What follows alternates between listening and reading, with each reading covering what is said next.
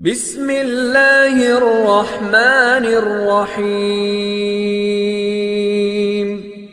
بالله من الشيطان الرجيم. بسم الله الرحمن الرحيم. إن الحمد لله نحمده ونستعينه ونستغفره ونؤمن به ونتوكل عليه ونعوذ بالله من شرور أنفسنا ومن سيئات أعمالنا ومن يهده الله فلا مضل له ومن يضلله فلا هادي له وأشهد أن لا إله إلا الله وحده لا شريك له وأشهد أن محمدا عبده ورسوله أما بعد. وقال تعالى: يا أيها الناس اتقوا ربكم الذي خلقكم من نفس واحدة وخلق منها زوجها وبث منهما رجالا كثيرا ونساء واتقوا الله الذي تساءلون به والأرحام إن الله كان عليكم رقيبا. وقال أيضا: يا أيها الذين آمنوا اتقوا الله حق تقاته ولا تموتن إلا وأنتم مسلمون. وقال أيضا: يا أيها الذين آمنوا اتقوا الله وقولوا قولا سديدا يصلح لكم أعمالكم ويغفر لكم ذنوبكم ومن يطع الله ورسوله فقد فاز فوزا عظيما. صدق الله العظيم.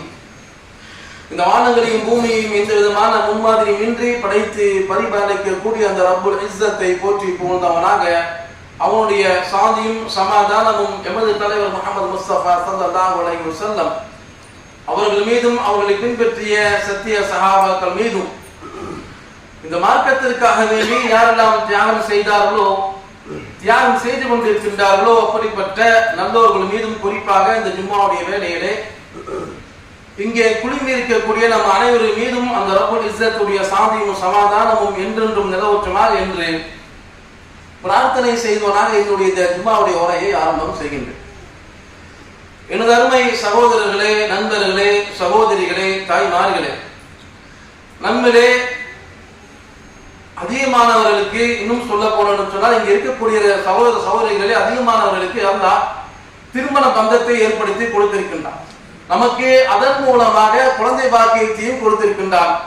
இன்னும் ஒரு சிலருக்கு குழந்தை பாக்கியத்தை தாண்டி பேரன் பிள்ளைகளையும் பார்க்கக்கூடிய வாய்ப்பை அல்லாஹ் அவர்களுக்கு கொடுத்திருக்கிறார். ஆனால் குழந்தையை பெற்றெடுத்தலாம், குழந்தையை வளர்க்கக்கூடிய நாம், பேரன் பிள்ளைகளை பெற்றெடுத்தலாம், அந்த குழந்தைகளை அந்த பிள்ளைகளை எப்படி பராமரிக்க வேண்டும், எப்படி வளர்க்க வேண்டும் என்கின்ற விஷயத்திலே நமக்கு மார்க்கம் என்ன சொல்லி தந்திருக்கிறது, எந்த மாதிரியான ஒரு வழிமுறைகளை நமக்கு காட்டி இருக்கிறது என்பதை பற்றியான சரியான ஒரு புரிதல் இல்லாதவர்களாகவே இன்னைக்கு மாற்று மத சமூகத்தை சேர்ந்தவர்கள் பிள்ளையை எப்படி வளர்க்கின்றார்களோ, எந்த முறையில வளர்ப்பது அவர்கள் சரி என்று காண்கின்றார்களோ அதே முறையை தான் நாமும் பின்பற்றுகின்றோமே தவிர இந்த மார்க்கம் நமக்கு நம்முடைய பிள்ளைகளை எப்படி வளர்க்க வேண்டும், எந்த மாதிரியான ஒழுக்க முறைகளாக அவர்களை ஆக்க வேண்டும் என்று இந்த மார்க்கம் நமக்கு வலியுறுத்துகிறதோ அதை பின்பற்றி அப்படிப்பட்ட பிள்ளைகளாக நாம் நம்முடைய குழந்தைகளை உருவாக்குவதிலிருந்து நாம் சற்று தடுமாறக்கூடியவர்களாகத்தான் இருந்து கொண்டிருக்கின்றோம். அன்பிற்கினிய சகோதரர்கள், நண்பர்களே, சகோதரிகளே, ஒரு பெற்றோர் நல்லவர்களாக இருந்தார்கள் என்று சொன்னார், ஒரு பெற்றோர் நல்லவர்களாக இருந்தார்கள் என்று சொன்னால் அது அவர்களுக்கு மட்டும் அது நலவாக அமைவதோடு மட்டுமல்லாமல் அவருடைய வம்சமே கூட அவருடைய வாரிசுகளுக்கும் கூட இவர்கள் இருந்த காலத்திலே இருந்த நல்லவர்களாக இருந்ததன் காரணத்தினாலே இது இவர்களுடைய காலத்தில தாண்டி 2-3 ஜெனரேஷனுக்கு பிறகு கூட அவருடைய வாரிசுகளுக்கு இவர்கள் இருந்த நல்ல தன்மையின் காரணத்தினாலே அது அவர்களுக்கு பிரயோஜனம் அளிக்கக்கூடியதாக அல்லாஹ் ஆக்கிவிடுவான். நமக்கு அதிகமாக தெரியும், ஜும்மாவுடைய நாளிலே சூரத்துல் கஹஃப் ஓதுகிறோம். சூரத்துல் கஹஃபை ஜும்மாவுடைய நாளிலே ஓத வேண்டும் என்று மார்க்கம் நமக்கு வலியுறுத்துகிறது. சூரத்துல் கஹஃப் ஓதுகிறோம்.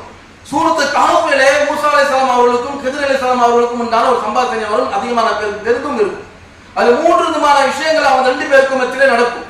அது ஒரு விஷயம் என்னவென்று சொன்னால், ஒரு ஊருக்குள்ளே போவார்கள், அந்த ஊர்வாசிகள் அவர்கள் எந்த விதமான விருந்து உபகாரமும் செய்ய மாட்டார்கள். இருந்தாலும் கூட கித்ர் அலைஹிஸ்ஸலாம் என்ன செய்வார்கள், அந்த ஊருக்கு அவுட்டிலே இருக்கக்கூடிய ஒரு சுவர், விழுந்து விடக்கூடிய நிலையில் இருக்கக்கூடிய ஒரு சுவரை அவர்கள் பராமரிப்பு செய்து அதை நிமிர்த்தி வைப்பார்கள். அப்போ மூசா அலைஹிஸ்ஸலாம் கேட்பார்கள், ஏன் இவ்வளவு செய்கின்றீர்கள் என்று கேட்கும்போது அதற்கான காரணத்தை பின்னால் சொல்வார்கள் கதிர் அலைஹிஸ்ஸலாம் அவர்கள். ஏன் இவ்வாறு செய்கிறேன் என்று சொன்னால், இந்த சுவர் விழுந்து விட்டது என்று சொன்னால் அந்த சுவருக்கு அருகிலே ஒரு புதையல் இருக்கிறது. அந்த புதையல் யாருக்கு பயன்படும்? இங்க இருக்கக்கூடிய 2 அனாதை பிள்ளைகளுக்கு பயன்படும் என்று அதற்கான காரணத்தை சொல்கின்றார்கள். யார் வைத்தார் என்று சொன்னால் அவருடைய முன்னோர்கள்.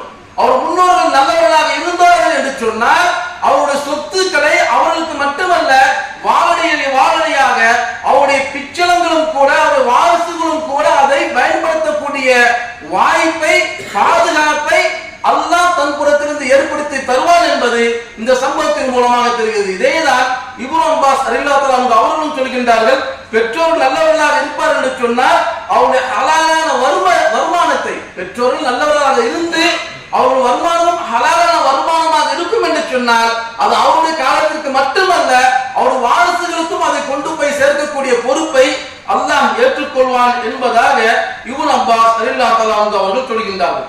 அன்பார்ந்த சகோதர நண்பர்களே, இன்னைக்கு நாம் எப்படி இருக்கிறோம் என்று சொன்னால், நாம் நல்லவர்களாக இருப்பது மட்டுமல்ல, நாம் எப்படி இருக்க வேண்டும், ஒரு நல்ல சிறந்த பெற்றோர்களாக, ஒரு முன்மாதிரியான பெற்றோர்களாக நாம் இருப்பதோடு மட்டுமல்லாமல் நம்முடைய பிள்ளைகளும் அப்படிப்பட்டவர்களாக நாம் உருவாக்குறது கிடையாது.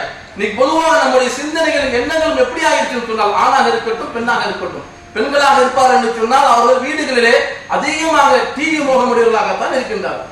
டிவியில என்னென்ன நேரத்தில் எந்தெந்த சீரியல் போடுவார்கள், எந்த சீரியல்ல யார் ஹீரோ யார் ஹீரோயின், இது போன்ற விஷயங்களில் அவர்கள் கண்ணும் கருத்துமாகத்தான் இருக்கின்றார்கள்.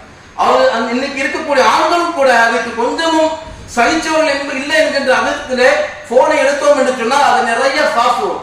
அந்த சாஸை பார்ப்பதிலே, வீண் விளையாட்டுகளை பார்ப்பதிலே, இதிலேதான் நம்முடைய நேரத்தை எல்லாம் கழித்துக் கொண்டிருக்கின்றோம். ஆனால் அல்லாஹ் குர்ஆனிலே சுட்டி காட்டுகின்றான், "வ மினன் நாஸி மயஷ்தரி லஹுல் ஹதீஸ் வ மினன் நாஸி மயஷ்தரி லஹுல் ஹதீஸ்." மனிதர்களே சில பேர் இப்படி இருக்கின்றார்கள், அவர்கள் வீண் விவகாரங்களிலே தான், வீண் விஷயங்களிலே தான் அவர்கள் ஈடுபட்டு கொண்டிருக்கின்றார்கள் என்பதாக அல்லாஹ் குர்ஆனிலே சுட்டி காட்டுகின்றான். அவருடைய சிந்தனை செயல்பாடு அனைத்தும் எது இந்த உலகத்திற்கும் நாளை மறுமைக்கும் பயன் தராதோ, வெட்டி பேச்சு, வெட்டி விஷயங்கள், கேளிக்கைகள், வீண் விளையாட்டுகள், இதிலேதான் அவருடைய சிந்தனைகளும் எண்ணங்களும் மிகைத்து இருக்கும் என்பதாக அல்லாஹ் குர்ஆனை சுட்டி காட்டுகின்றார். மார்க்க அறிஞர்களுக்கு விளக்கம் சொல்கின்றார்கள். வீண் விளையாட்டுன்னா என்ன, எதற்கு வீண் விளையாட்டு என்று சொல்லப்படும் என்கின்ற விஷயத்திலே மார்க்க அறிஞர்களோட கூற்று என்னவாக இருக்கிறது சொன்னால், அல்லாஹ்வுடைய மார்க்கத்தை விட்டு, அல்லாஹ்வுடைய தீனை விட்டு, மார்க்கத்தை விட்டு எதுவெல்லாம் ஒரு மனிதனை திருப்பமோ அது அனைத்துமே லஹுல் ஹதீஸ், அது அனைத்துமே கேளிக்கைகள் தான். இந்த செயலில் ஈடுபட்டேன் என்று சொன்னால் எனக்கு மார்க்கம் அப்படி டவுன் ஆகிறது, மார்க்கத்தை விட்டு அப்படி திருப்புர் என்று சொன்னால் அது அனைத்துமே லஹுல் ஹதீஸ் என்பதாக மார்க்க அறிஞர்கள் அதற்கான விளக்கத்தை தருகின்றார்கள். அன்பார்ந்த சகோதர நண்பர்களே, ஒரு தந்தை, ஒரு பெற்றோர் எப்படிப்பட்டவராக இருக்க வேண்டும் என்பதற்கு அல்லாஹ் குர்ஆனை சுட்டி காட்டுகின்றார். அல்லாஹ் குர்ஆனை சுட்டி காட்டுகின்றார் லுக்மான் அலைஹிஸ்ஸலாம் அவர்களை பற்றி. அன்புக்குரிய சகோதர நண்பர்களே, குர்ஆனை கிட்டத்தட்ட 20க்கும் அதிகமான நபிமார்களை பற்றி அல்லாஹ் சொல்லுகின்றார். 20க்கும் அதிகமான நபிமார்களை பற்றி அல்லாஹ் குர்ஆனை சொல்லுகின்றார். ஆனால் அந்த நபிமார்கள் தன்னுடைய பிள்ளையை எப்படி பேணி வளர்த்தார்கள் என்பதெல்லாம் அல்லாஹ் சொல்லவில்லை. மாறாக லுக்மான் அலைஹிஸ்ஸலாம் அவர்கள் தன்னுடைய மகனுக்கு என்னென்ன உபதேசம் செய்தார்கள் என்பதை அல்லாஹ் ஒரு சூறாவாகவே சொல்லுகின்றார். சூரத்துல் லுக்மான் என்கின்ற பெயரிலே ஒரு சூறாவே இருக்கிறது. லுக்மான் அலைஹிஸ்ஸலாம் அவர்கள் அதிகமான அறிஞர்களுடைய கருத்து பிரகாரம் அவர் ஒரு நபி கிடையாது. லுக்மான் அலைஹிஸ்ஸலாம் அவர்கள் ஒரு நபி அல்ல. ஒரு நபியாக இல்லாமல் இருந்த போதும் கூட அவர் சிறந்த ஒரு இறை நேசராக இருந்ததன் காரணத்தினாலே, வலியாக இருந்ததன் காரணத்தினாலே அவர் தன்னுடைய மகனுக்கு செய்த உபதேசங்களை அல்லாஹ் மிகவும் பிடித்ததாக இருந்ததன் காரணத்தினாலே அவர் தன்னுடைய மகனுக்கு என்னென்ன விஷயங்களை எல்லாம் சொன்னார் என்பதாக அல்லாஹ் குர்ஆனை சுட்டி காட்டுகின்றார். அது முதலாவதாக அல்லாஹ் சொல்கின்றான், "வலகத் ஆதைனா லுக்மானுல் ஹிக்மா." நாம் லுக்மான் அலைஹிஸ்ஸலாம் அவர்களுக்கு ஹிக்மத்தை கொடுத்தோம் என்று சொல்லிவிட்டு அந்த ஹிக்மத்தை கொடுத்தனுடைய பிரயோஜனமாக நீங்கள் எப்படி நடந்து கொள்ள வேண்டும் என்று லுக்மான் அலைஹிஸ்ஸலாம் அவர்களுக்கு அல்லாஹ் சொல்லும் பொழுது, அன்ஷ்குரு லில்லாஹ், நான் உங்களுக்கு கொடுத்த இந்த மதிநுட்பத்திற்காக வேண்டி நீங்கள் அல்லாஹ்விற்கு ஷுக்கூர் செய்யுங்கள் என்பதாக அல்லாஹ் லுக்மான் அலைஹிஸ்ஸலாம் அவர்களை பார்த்து சொல்கின்றார்.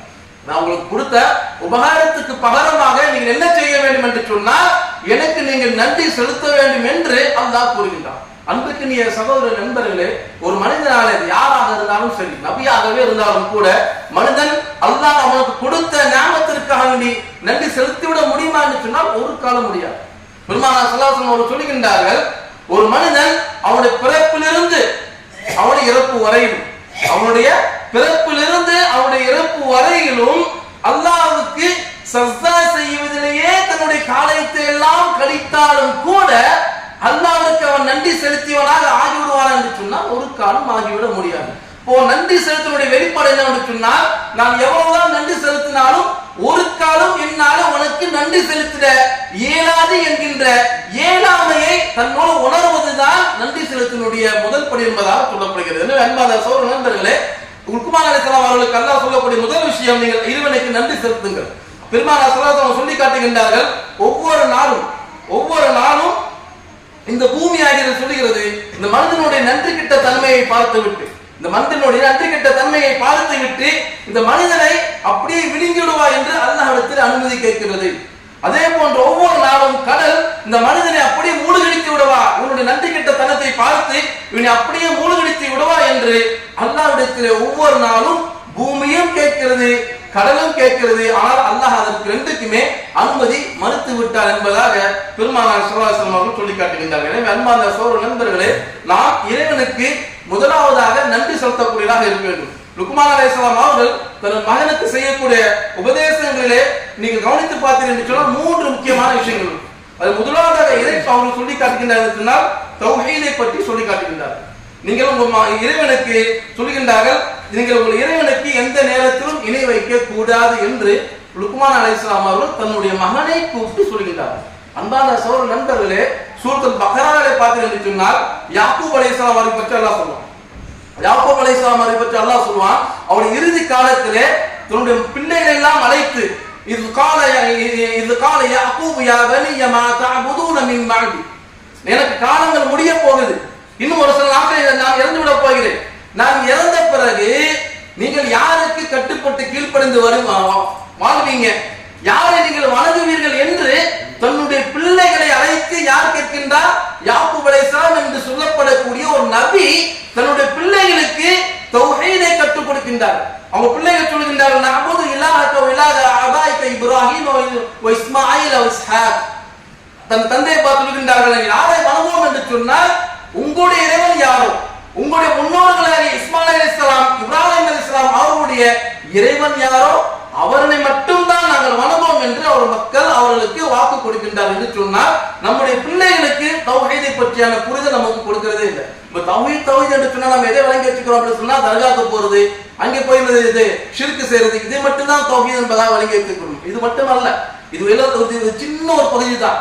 உண்மையான தௌஹீதை எதற்காக நபிமார்கள் கொண்டு வந்தார்களோ, எந்த ஷிர்க்குக்கு எந்த குஃப்ருக்கு எதிராக ஒவ்வொரு நபியும் இந்த உலகத்திற்கு வந்தார்களோ அந்த சிந்தனையுடையவர்களாக நாமும் இருப்பதில்லை, நம்முடைய பிள்ளைகளை அப்படிப்பட்டவர்களாக நாம் வாழ்த்தெடுப்பதும் கிடையாது. எனவே முதலாவதாக நம்முடைய பிள்ளைகளுக்கு தௌஹீதை பற்றி கற்றுக் கொடுக்க வேண்டும். இரண்டாவதாக லுக்மான் அலைஹிஸ்ஸலாம் அவர்கள் தன்னுடைய பிள்ளைக்கு சொல்லக்கூடிய விஷயம் வணக்க வழிபாடுகளை பற்றி சொல்கின்றார்கள். அகீமிஸ் ஸலாத் வஅமுர் பில் மஅரூஃப் வன்ஹ அனில் முன்கர். நீங்கள் தொழுகையை நிலைநாட்டுங்க, நல்லதை ஏவுங்க, தீய விஷயங்களை விட்டு அடுத்தவர்களை நீங்களும் தவிர்த்து கொள்ளுங்கள், அடுத்தவரும் தடுங்கள் என்பதாக லுக்மான் அலைஹிஸ்ஸலாம் அவர்கள் தன்னுடைய பிள்ளைக்கு தனது வணக்க வழிபாடுகளை பற்றி சொல்லி தந்தாங்க. மூன்றாவதாக சொன்னார்கள், நீங்கள் பெற்றோரிடத்தில் எப்படி நடந்து கொள்ளணும், மற்ற சக மனிதனிடத்தில் எவ்வாறு நடந்து கொள்ளணும், பெருமை எடுத்துக்கொண்டு நீங்கள் தெரியக்கூடாது என்கின்ற விஷயத்தையும் லுக்மான் அலைஹிஸ்ஸலாம் அவர்கள் தன்னுடைய மகனுக்கு சொல்லி காட்டுகின்றார்கள். அன்பார்ந்த சகோதரர்களே, இதனாலே தான் லுக்மான் அலைஹிஸ்ஸலாம் என்கின்ற பெயரிலேயே சூரத்துல் லுக்மான் என்கின்ற அத்தியாயத்தை அல்லாஹ் குர்ஆனிலே சுட்டி காட்டுகின்றார். அலி ரலியல்லாஹு அன்ஹு அவர்கள் தன்னுடைய மகனாகிய ஹசன் ரலியல்லாஹு அன்ஹு அவர்களை கூப்பிட்டு சொல்கின்றார்கள், நீங்க யாருடைய சகவாசம் உங்களிடத்தில் இருக்க வேண்டும் என்று சொன்னால் நல்லவருடைய சகவாசத்தை ஏற்படுத்திக் கொள்ளுங்கள் என்று அலி ரலியல்லாஹு அன்ஹு அவர்கள் ஒரு சஹாபி தன்னுடைய மகனாகிய சஹாபியை கூப்பிட்டு சொல்கின்றார்கள், உங்களுக்கு யாருடைய தொடர்பு இருக்க வேண்டும் என்று சொன்னால் நல்லவருடைய தொடர்பு தான் உங்களுக்கு இருக்க வேண்டும் என்பதாக சொல்றாங்க. இன்னைக்கு நம்முடைய பையன், குறிப்பாக பையன் இன்னைக்கு பார்த்து பிள்ளைகளோட பொம்பளை பிள்ளையோட நிலையிலும் அதுதான். தன்னுடைய பையன் வெளியில போறான், ஃப்ரெண்ட்ஸ் கூட பார்க்க போறேன்னு சொல்றான், யாரு அவன் ஃப்ரெண்ட்ஸ், அந்த பையனுடைய கேரக்டர் என்ன, அந்த பொண்ணுடைய கேரக்டர் என்ன, நல்ல பிள்ளையா என்பதையெல்லாம் சற்று நாம் யோசிப்பதே கிடையாது. வெளியே போறேன், ஃப்ரெண்ட்ஸை பார்க்க போறேன், அவனோட சுத்திட்டு வந்தேன் அப்படின்னு சொன்னா அது யார் எவர் என்பதை பற்றி எந்த விதமான புரிதலும் இல்லாதவர்களாக வெளியே போயிட்டு வந்தா சொன்னா சரி போயிட்டு வரட்டுமே, ஃப்ரெண்ட்ஸ் கூட போயிட்டு வர சொன்னா போயிட்டு வரட்டுமே என்பதாகத்தான் சொல்லுகிறமே தவிர அவனோட ஃப்ரெண்டு யாரு, நல்லவனா கெட்டவனா, அவனோட பேக்ரவுண்ட் என்ன, தன்னால் முடிந்த அளவுக்கு அதை எந்த அளவுக்கு அறிந்து கொள்ள முடியுமோ அதை அறிவதற்கு நாம் தயாராகவே இல்லை. ஆனால் அலி ரலியல்லாஹு அவங்க சொல்லுகின்றார்கள், சிறந்த காலத்தில் வாழ்ந்த அந்த மக்கள் தன்னுடைய மகனுக்கு சொல்லுகின்றார்கள், நீங்கள் யாருடைய சகவாசம் இருக்க வேண்டும் என்று சொன்னால் நல்லவருடைய சகவாசத்தில் உங்களுக்கு இருக்க வேண்டும் என்பதா. அடுத்ததாக அலி ரலியல்லாஹு அவங்க தன்னுடைய மகனுக்கு சொல்லுகின்றார்கள், நீங்கள் இஹ்லாஸை பேணிக் கொள்ளுங்கள். இஹ்லாஸ் என்று சொன்னால் நம்ம மன தூய்மை என்பதாக சொல்லுவோம். ஆனால் அலி ரலியல்லாஹு அவங்க சொல்லுகின்றார்கள், இஹ்லாஸ் என்றால் என்ன என்று சொன்னால் பாவத்தை விட்டு நீங்கள் விலகி இருங்கள். ஒரு மகனுக்கு சொல்றாங்க, பாவத்தை விட்டு நீங்கள் விலகி இருக்க வேண்டும் என்று தன்னுடைய மகனுக்கு அலி ரலியல்லாஹு அவங்க சொல்லுகின்றார்கள். மூன்றாவதாக சொன்னார்கள், நீங்கள் பேசக்கூடிய பேச்சிலே சிறந்த பேச்சு எது என்று சொன்னால் உங்களுடைய சொல்லும் செயலும் ஒத்திருக்கும். பேசக்கூடிய பேச்சுக்களிலே சிறந்த பேச்சு எது என்று சொன்னால் நீங்கள் எதை சொல்லுகின்றீர்களோ அதை தான் நீங்கள் செய்யக்கூடியதாக இருக்கும்.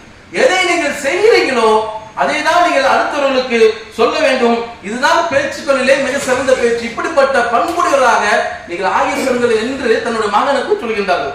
கூடுதலாக சொன்னார்கள், தவறு செய்து விட்டார் என்று சொன்னால், யாராவது தவறு செய்துட்டாங்க என்று சொன்னால் அதற்கு சாக்கு போக்கு சொல்றாங்க. தவறு செஞ்சுட்டாங்க தெளிவா தெரியுது, மாட்டிக்கிட்டாங்க. ஆனால் அதற்கு ஏதாவது அவர்கள் சாக்கு போக்கு சொல்கின்றார்கள், காரணம் சொல்கின்றார்கள் என்று சொன்னால் அவர்கள் சொல்லக்கூடிய அந்த சாக்கு போக்கை காரணத்தை நீங்கள் அங்கீகரித்துக் கொள்ளுங்கள், ஏற்றுக்கொள்ளுங்கள். இல்ல இல்ல நீ செஞ்ச தப்பு அப்பட்டமாக தெரியும், நீ தப்புன்னு தெரியும் தானே, அது தெரிஞ்சும் கிடையாது இவ்வாறு செய்தா என்று அவனை மீண்டும் மீண்டும் துருவி ஆராய்ந்தீங்க.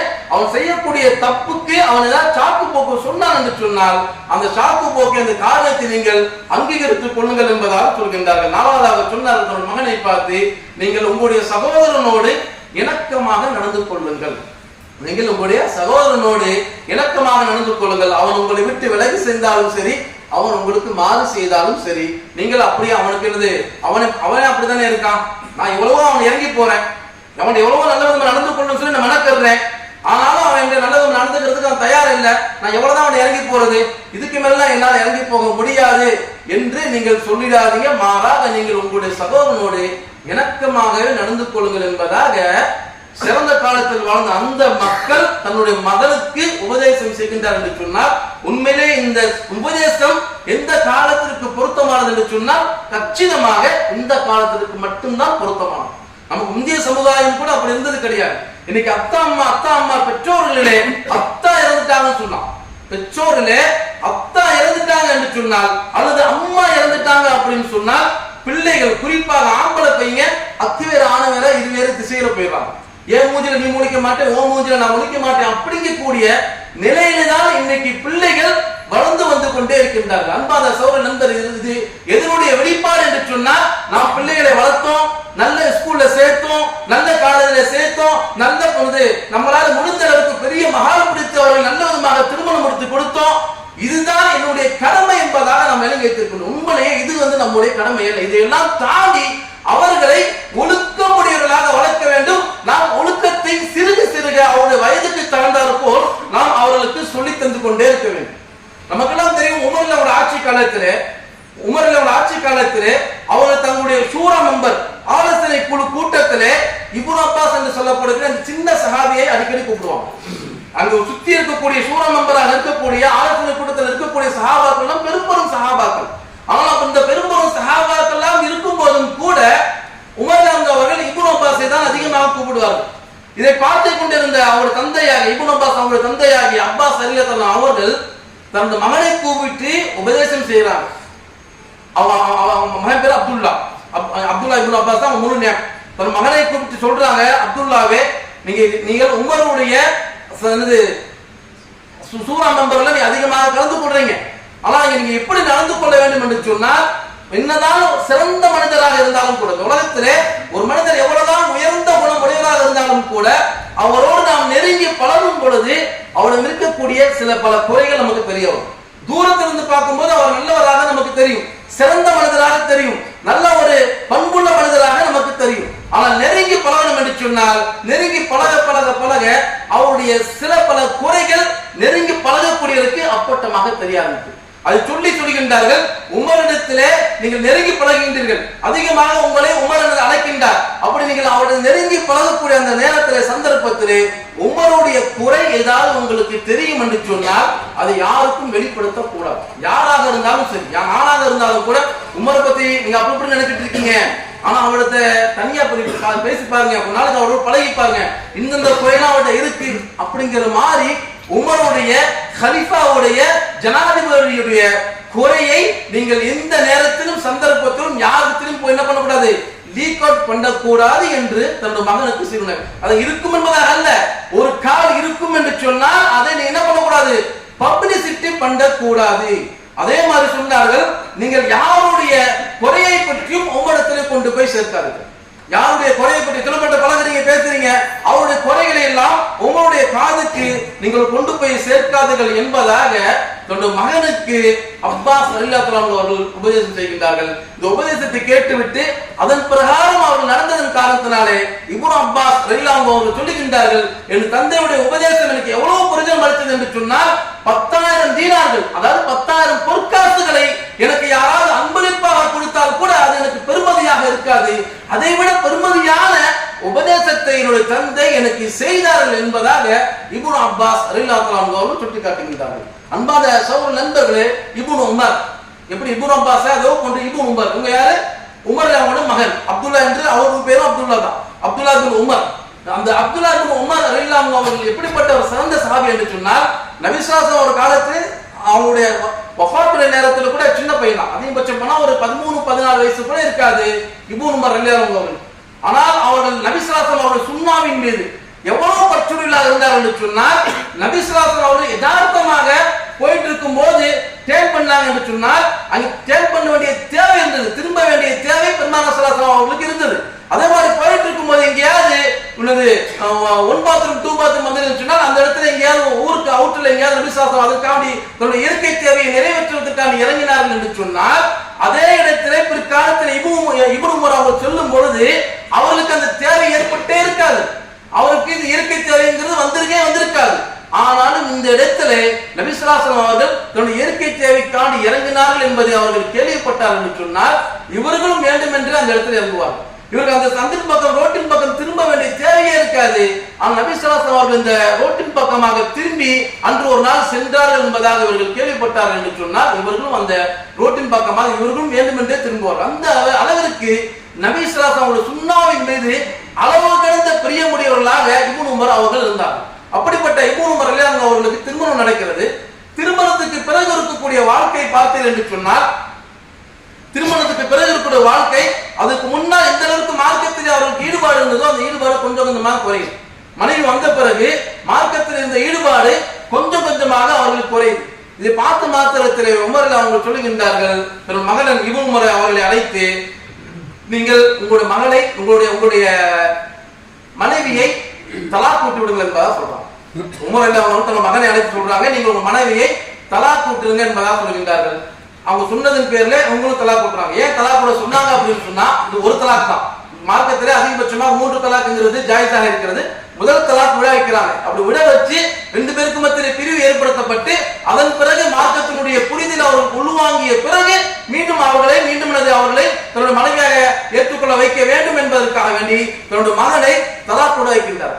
அன்பான சகோதர நண்பர்களே, ஏன் இவ்வாறு செய்கின்றார் என்று சொன்னால், தன்னுடைய மகன் மார்க்கத்தை விட்டு பின்வாங்கிறார் என்பதை அவர்கள் கணம் கச்சிதமாக பார்த்ததனால இவ்வாறு சொல்கின்றார்கள். பிற்காலத்திலே அஹ்மது பின் ஹம்பல் ரஹ்மத்துல்லாஹி அலைஹி அவருடைய காலத்திலே ஒரு மனிதர் இதே கொஸ்டினை கேட்கின்றார்.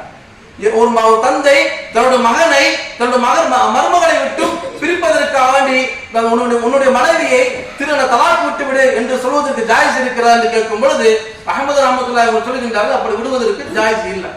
தன்னுடைய மருமகளை தலாக் விட சொல்வதற்கு ஒரு மனிதருக்கு ஜாயிஸ் இருக்கா என்று கேட்ட பட்சத்திலே அவங்க சொல்லுகின்றார்கள், அவ்வாறு சொல்வதற்கு யாருக்கும் ஜாயிஸ் இல்லை என்று சொன்ன மாத்திரத்தில் அந்த மனிதர் சொல்லுகின்றார்கள். அப்படி என்று சொன்னால் உமர் இவ்வாறு சொன்னாரே, நபி ஸல்லல்லாஹு அலைஹி வஸல்லம் போய் கம்ப்ளைண்ட் பண்ணாரே, நபி ஸல்லல்லாஹு அலைஹி வஸல்லம் அவங்களும் தலாக் கூட சொன்னார்களே, அவங்களுக்கு மட்டும் எப்படி ஜாயிஸ் என்று சொல்லும் பொழுது இவர்கள் சொன்னார்கள், அஹ்மது ரஹ்மத்துல்லாஹி அலைஹி சொன்னார்கள், நீங்களும் உமரும் ஒண்ணா. உமர் அவங்க சொன்னார்கள் என்று சொன்னால் அது தன்னுடைய மகனுடைய இம்மை மறுமை நலவுக்காக வேண்டிதான் தன்னுடைய மகனை அவ்வாறு சொன்னார்களே தவிர நீங்கள் அப்படிப்பட்ட சிந்தனையோட அவங்க பிள்ளைகளை வளர்க்குறீங்க, அந்த நோக்கத்திற்கான தலாக் சொல்லுகின்றீர்களா என்பதாக திருப்பி கேட்டார்கள். எனவே இது அவர்களுக்கு மட்டும்தான் ஜாயிஸ், புரியுதுக்கான சொல்லுவாரு. அப்படி என்று சொன்னால் நமக்கு புரிஞ்சிடக்கூடாது. மருமகள் சரியில்லை என்று சொன்னால் தன் மாமனார் மகனுக்கு சொல்லி உங்களுடைய மனைவியை தலாக் போட்டுருங்க அப்படின்னு சொல்லலாமா? அப்படி சொல்றது ஜாயிஸா அப்படின்னு கேட்கக்கூடாது என்பதற்காக சொல்லுகிறேன். எனவே அன்பான சகோதர நண்பர்களே, தன்னுடைய மகன் எப்படி இருக்கின்றார், எவ்வாறு வளர்ந்து கொண்டிருக்கிறார், தன்னுடைய திருமணத்திற்கு பிறகு அவர் வாழ்க்கை எப்படி அமைந்து கொண்டிருக்கிறது, எவ்வாறு போகுது என்பதை எல்லாம் ஒரு தந்தை கவனிக்க வேண்டும். அதே போன்று நம்மிடத்தில் இருக்கக்கூடிய ஆகப்பெரிய பலகீனம் என்னவென்று சொன்னால் வராசத், வாரிசுரிமை சட்டம். அப்படின்னா என்ன என்பதை நம்முடைய பிள்ளைகளுக்கு கற்றுக் கொடுக்கிறது மட்டுமல்ல, நாமே அதை தெரிந்துக்கிறது கிடையாது. இறந்துட்டோம் என்று சொன்னால் எப்படி நம்மளோட புழக்கத்துல முஸ்லிமியாக நம்முடைய புழக்கத்துல எப்படி இருக்கிறது சொன்னால், ஒரு மனிதர் இறந்து விட்டார் என்று சொன்னால் அவருக்கு சொத்து இருக்கும் பட்சத்திலே யார் வலிவராக இருக்கின்றார்கள், பிள்ளைகளிலே யார் வலிவராக இருக்கின்றாரோ அவர் அந்த சொத்தை எல்லாம் கேட்சல் பண்ணிக்கிறார். யார் வலிவராக இருக்கின்றாரோ அவர் தன்னோட சொத்தை எல்லாம் கேட்சல் பண்ணிக்கிறார். அப்படி இல்லைன்னா இப்படி சொல்றாங்க, பொண்ணு பையன், ஒருத்தருக்கு பொண்ணு இருக்கு, ஒரு பையன் இருக்கு. பொண்ணை பார்த்து சொல்றாரு, அம்மா உனக்கு திருமணம் முடிச்சு கொடுத்துட்டேன், 15 ரூபாய் 20 ரூபாய் நகை போட்டு உங்களுக்கு நல்ல முறையில் திருமணம் முடிச்சு கொடுத்துட்டேன், அதனால அத்தோட உனக்கு முடிஞ்சிருச்சு. இருக்கக்கூடிய மிச்ச மீதி வீடு, அம்மாவோட நகை நட்டு, இதெல்லாம் யாருக்கு அப்படின்னு சொன்னா உன்னுடைய அண்ணனுக்கு தான், அவனுக்கு தான் சொந்தம் என்பதாக பொண்ணை கூப்பிட்டு இப்பொழுதே நம்ம என்ன பண்றோம், முன்கூட்டியே சொல்கிறோம். இப்படி சொல்வதற்கு இஸ்லாத்தை எந்த விதமான ஜாயிஸும் கிடையாது. நீங்கள் பெண்ணுக்கு நகை நட்டு போறீங்க என்று சொன்னால் அது உங்கள் பொண்ணுக்காக வேண்டி அன்பளிப்பாக தான் போடுறீங்க, அந்த பாயிண்ட் ஆஃப் வியூல தான் நீங்க போடுறீங்க. அதுக்கு அப்பாற்பட்டு உங்களுக்கு சொத்து இருக்கும் என்று சொன்னால் சொத்துல எத்தனை பங்கு பெண்ணுக்கு, எத்தனை பங்கு பையனுக்கு, எத்தனை பங்கு மனைவிக்கு, இந்த புரிதலுக்கு நம்ம இடத்துல யாரிடத்திலே பொதுவாக இருக்கிறது இல்லை என்பதனாலே அவர் இறந்துட்டார் என்று சொன்னால், ஒரு தந்தை இறந்துட்டார் என்று சொன்னால் இறந்த ஒரு சில நாட்களுக்குள்ளாகவே அந்த அண்ணன் தம்பிக்கு மத்தியில் மிகப்பெரிய சண்டை சச்சரவு ஏற்படுகிறது. எதனால் அடிப்படையில? சொத்துக்காக. சொத்து எனக்கு தான் கூட வரணும், நான் தான் மூத்த பையன், நான் தான் கடைசி பையன், உன்னை அத்தா நல்ல முறையில் படிக்க வச்சாரு, என்ன படிக்க வைக்கவே இல்லை, உன் நல்ல முறையில் கல்யாணம் முடிச்சு கொடுத்தாரு, நகை நட்டு எல்லாம் போட்டாரு, எனக்கு எதுவுமே பெருசா செய்யல, அதனால இந்த சொத்துல நான் தான் அனுபவிப்பேன், எனக்கு தான் வேணும் அப்படின்னு சொல்லி அண்ணன் தம்பிங்க மறுநாளே கோர்ட்ல போய் நிற்கக்கூடிய அவலகரமான நிலை. இது ஏன் அப்படின்னு சொன்னால், நாம் ஆளக்கூடிய காலத்திலே வராசத்து சொத்துனா என்ன, வாரிசுரிமை சட்டம்னா என்ன, பெண்ணுக்கு எவ்வளவு கிடைக்கணும், பையனுக்கு எவ்வளவு கிடைக்கணும், மனைவிக்கு எவ்வளவு கிடைக்கணும், இது பற்றியான சட்ட திட்டங்கள் என்ன என்பதை முன்கூட்டியே நம்முடைய பிள்ளைகளுக்கு நாம் சரியான முறையில் சொல்லிக் கொடுக்கிறதே கிடையாது. இன்னைக்கு அதிகமான குடும்பங்களில் ஒரு குறைஞ்சபட்சம் ஒரு 2 சென்ட் 1 சென்ட் இடம், அதுக்கு பெருசாக போகாது, அப்படிப்பட்ட இடத்தை விட்டு தந்தை இறந்தாலும் கூட பிள்ளைகளுக்கு மத்தியே சண்டை சச்சரவு தூக்கலாகி விடுகிறது. எனவே அன்பான சகோதர நண்பர்களே, வாரிசுரிமை சட்டம்னா என்ன என்பதை நாம் நம்முடைய பிள்ளைகளுக்கு கற்றுத்தர வேண்டும். எனவேதான் பெருமானார் ஸல்லல்லாஹு அலைஹி வஸல்லம் சொன்னார்கள், தஅல்லமுல் ஃபராயித், நீங்கள் வாரிசுரிமை சட்டத்தை தெரிந்து வைத்துக் கொள்ளுங்கள். பெருமானார் ஸல்லல்லாஹு அலைஹி வஸல்லம் சொல்லக்கூடிய ஹதீஸ், தஅல்லமுல் ஃபராயித், நீங்கள் வாரிசுரிமை சட்டத்தை தெரிந்து வைத்துக் கொள்ளுங்கள். வஅல்லிமூஹா, நீங்கள் தெரிந்து வைப்பதோடு மட்டுமல்லாமல் உங்களுடைய பிள்ளைகளுக்கும் அதை பற்றி கற்றுக் கொடுங்கள் என்பதாக பெருமானார் ஸல்லல்லாஹு அலைஹி வஸல்லம் அவர்கள் நமக்கு உபதேசம் செய்கின்றார்கள் என்று சொன்னால், வாரிசுரிமை சட்டத்தை பற்றியான சரியான புரிதல் நமக்கு கொஞ்சம் கொஞ்சமாக இருக்க வேண்டும். அதே போன்று வசியத், வசியத்துனா என்ன? சில பேர் எப்படி பண்றாங்க, இன்னைக்கு அப்படியே இருக்கிறாங்கன்னு தெரியல. ஒரு காலம் எப்படி இருந்தது சொன்னால், அவர் இருக்கக்கூடிய சொத்துக்கள், நம்ம கடைசி காலத்துல இருக்கக்கூடிய சொத்துக்களை அனைத்தையுமே யாருக்காவது இல்லாதவங்க பொல்லாதவங்களுக்கு எழுதி வச்சிருது. எவ்வளவு சொத்து இருக்கிறதோ அது எல்லாத்தையுமே இல்லாத பொல்லாதவங்களுக்கு எழுதி வைக்கிறது. இப்படி எழுதி வைப்பதற்கு மார்க்கத்துல எந்த விதமான அனுமதியும் கிடையாது. உங்களுக்கு சொத்து இருக்கு, அதை உங்களுடைய வாரிசுகளுக்கு அப்பாற்பட்டு வேறு யாருக்காவது கொடுக்க வேண்டும் என்று நீங்கள் விரும்பினீர்கள் என்று சொன்னால், உங்களுடைய சொத்துல 3ல் 1 பகுதியை தான் அதிகபட்சமாக, உங்க சொத்துல 3ல் 1 பகுதியை அதிகபட்சமாகவே கொடுக்க முடியும். உதாரணத்துக்கு உங்களுக்கு ஒரு 3 லட்சம் ரூபாய் சொத்து இருக்கு, நீங்கள் யாருக்காவது வசிய செய்றீங்க, உங்களுடைய வாரிசுதாரர்கள் அப்பாற்பட்டு வேற ஒருத்தருக்கு நீங்கள் வசிய செய்வீர்கள் சொன்னால், அந்த வசியத்தின் அதிகபட்சமாக அந்த 3 லட்சத்துல எவ்வளவு கொடுக்க முடியும் என்று சொன்னால் 1 லட்சத்தை தாண்டி ஒரு காலம் கொடுக்க முடியாது. நபி ஸல்லல்லாஹு அலைஹி வஸல்லம் காலத்திலே ஒரு சஹாபி, ஒரு மனிதர், அவர் இறந்து விடுகின்றார். அவர் இறக்கக்கூடிய அந்த தருவாயத்திலே அவருக்கு இருந்த அடிமைகள் 6 அடிமைகள், அவருக்கு இருந்த அடிமைகள் 6 அடிமைகள். அவர் இறப்பதற்கு முன்னால் என்ன செய்து விடுகின்றார் என்று சொன்னால், அந்த 6 அடிமைகளையும் உரிமை விட்டவர்களாக, சுதந்திர மனிதர்களாக ஆக்கி விடுகின்றார். இனிமேல் நீங்கள் அடிமை கிடையாது, என்னுடைய காலம் முடிஞ்சிட போகுது, எனவே 6 பேருமே என்னுடைய மௌத்துக்கு பிறகு நீங்கள் சுதந்திர மனிதராக ஆகிவிடுங்கள் என்பதாக அந்த 6 பேருக்கு மசீஹ் செய்து இறந்து விடுகிறார். இந்த செய்தி நபி ஸல்லல்லாஹு அலைஹி வஸல்லம் அவர்களுடைய காதுக்கு போகிறது. நபி ஸல்லல்லாஹு அலைஹி வஸல்லம் அவர்கள் வருகின்றார்கள். நபி ஸல்லல்லாஹு அலைஹி வஸல்லம் சொல்றாங்க, 6 மனிதர்களுமே 6 அடிமைகளையுமே எனது சுதந்திர மனிதர்களாக ஒரு காலம் ஆக்க முடியாது. என்ன சொன்னால் அந்த அடிமைகள் என்பவர்கள் அந்த காலத்திலே அவருடைய சொத்து, அவருடைய பிள்ளைகளுடைய சொத்து என்பது அடிமைகளும் கூட. அடிமை இந்த இஸ்லாமை ஏற்கவில்லை என்றாலும் கூட அந்த காலத்தில் அடிமைகள் என்பதும் கூட ஒரு மனிதனுடைய சொத்தாக தான் அன்னைக்கு பார்க்கப்பட்டது.